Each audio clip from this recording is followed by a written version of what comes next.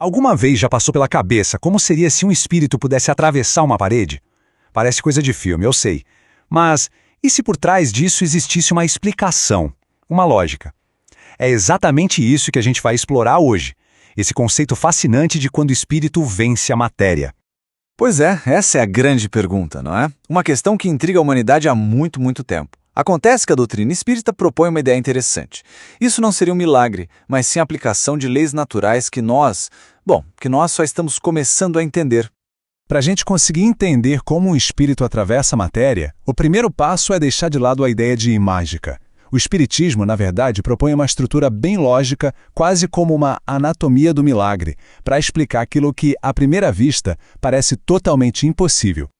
Então, esse fenômeno todo se baseia em três componentes que trabalham juntos em perfeita sintonia. A gente tem uma fonte de energia, que é universal, uma ferramenta para conseguir manipular essa energia e, por fim, uma força para direcionar o processo todo. Vamos ver como cada uma dessas peças se encaixa. A fonte de tudo, o ponto de partida, é o que chamam de fluido cósmico universal. Vamos imaginar que ele é como uma espécie de argila cósmica, a matéria-prima de onde tudo se origina. Tanto o mundo físico denso que a gente toca, quanto as realidades mais sutis. Tudo é moldado a partir dele. Certo. Agora a ferramenta. Essa ferramenta é o perispírito. Dá para pensar nele como uma interface, sabe? Um corpo que não é nem totalmente matéria, nem totalmente espírito. Ele é semimaterial. E é ele que permite ao espírito, que é imaterial, interagir com o universo físico. É a chave para manipular aqueles fluidos cósmicos que a gente acabou de falar. E o que move tudo isso? O que dá a ignição? A força da vontade. Tem uma frase do Kardec que é simplesmente perfeita para isso. O pensamento e a vontade são para o espírito o que a mão é para o homem. Ou seja, a vontade é a energia pura que direciona o perispírito para moldar o fluido cósmico universal e assim alterar o estado da matéria. Bom, até agora vimos a teoria, né? Mas será que existem registros práticos desses fenômenos? A história nos reserva alguns relatos bem impressionantes que parecem dar vida a todos esses conceitos. E a resposta para essa pergunta, de acordo com as fontes, é um sonoro sim. E não estamos falando só de histórias contadas de boca em boca. São casos que foram estudados com muita atenção. Vamos conhecer Francisco Peixoto Lins, o Peixotinho. Ele se tornou uma figura central no Brasil quando o assunto é mediunidade de efeitos físicos. Ficou famoso por fenômenos que, na época, simplesmente desafiavam tudo que se conhecia sobre as leis da física. Nas sessões dele, não era só uma questão de ver vultos. As testemunhas relatavam espíritos totalmente materializados, com luz própria, que andavam, falavam, interagiam fisicamente, atravessavam paredes trancadas e, pasmem, até deixavam objetos para trás como prova. Olha, esse relato aqui é de arrepiar. Dizem que, em uma das sessões, uma entidade espiritual usou um tipo de aparelho gelatinoso. Ao colocar esse aparelho sobre uma pessoa, o corpo dela se tornava transparente, permitindo um diagnóstico visual dos órgãos internos, quase um raio-x espiritual.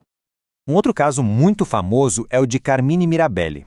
O grande diferencial aqui foi o rigor com que os dons dele foram investigados. Os fenômenos eram documentados por comissões científicas em condições totalmente controladas. E a variedade de fenômenos registrados com ele é impressionante. O próprio médium levitando, objetos aparecendo do nada em salas fechadas, materializações atravessando paredes e até Mirabelli falando em línguas que ele comprovadamente não conhecia.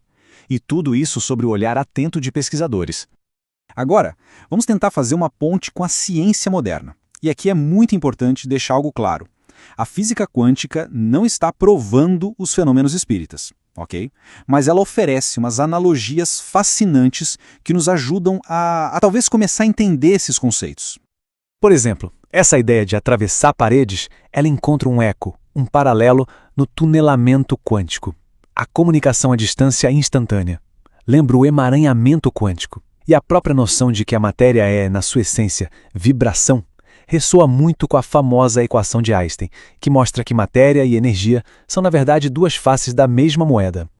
O tunelamento quântico é um fenômeno real, comprovado, mas completamente bizarro do mundo das partículas. É como se a gente jogasse uma bola de tênis contra uma parede e, em vez dela bater e voltar, ela simplesmente aparecesse do outro lado. intacta, sem quebrar a parede. É basicamente isso que as partículas fazem o tempo todo. Isso não é só teoria, não. Pensa nos neutrinos, as partículas fantasma. Neste exato momento, trilhões deles estão atravessando nossos corpos e o planeta Terra inteiro sem interagir com quase nada. Isso mostra que a solidez da matéria que a gente percebe é, em grande parte, uma ilusão dos nossos sentidos. Tá, mas o que tudo isso significa, no final das contas? Porque essa capacidade de vencer a matéria seria algo importante. A resposta para isso nos leva a um significado muito mais profundo da nossa própria existência. Essa citação, atribuída a André Luiz, resume a ideia central de uma forma muito poética. A morte não existe. Há apenas mudança de vibração. Se a matéria é só energia condensada, então a morte não é um fim. É só uma transformação, uma mudança de frequência vibratória. Percebe?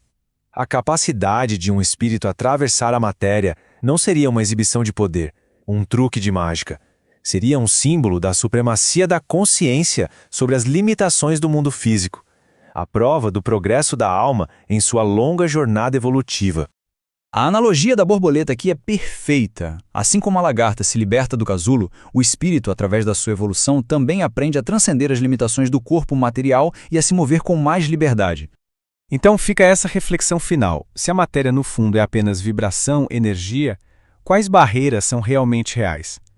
Talvez as únicas barreiras intransponíveis sejam aquelas que a gente constrói dentro da nossa própria mente. O que de fato nos impede de atravessar as nossas próprias paredes?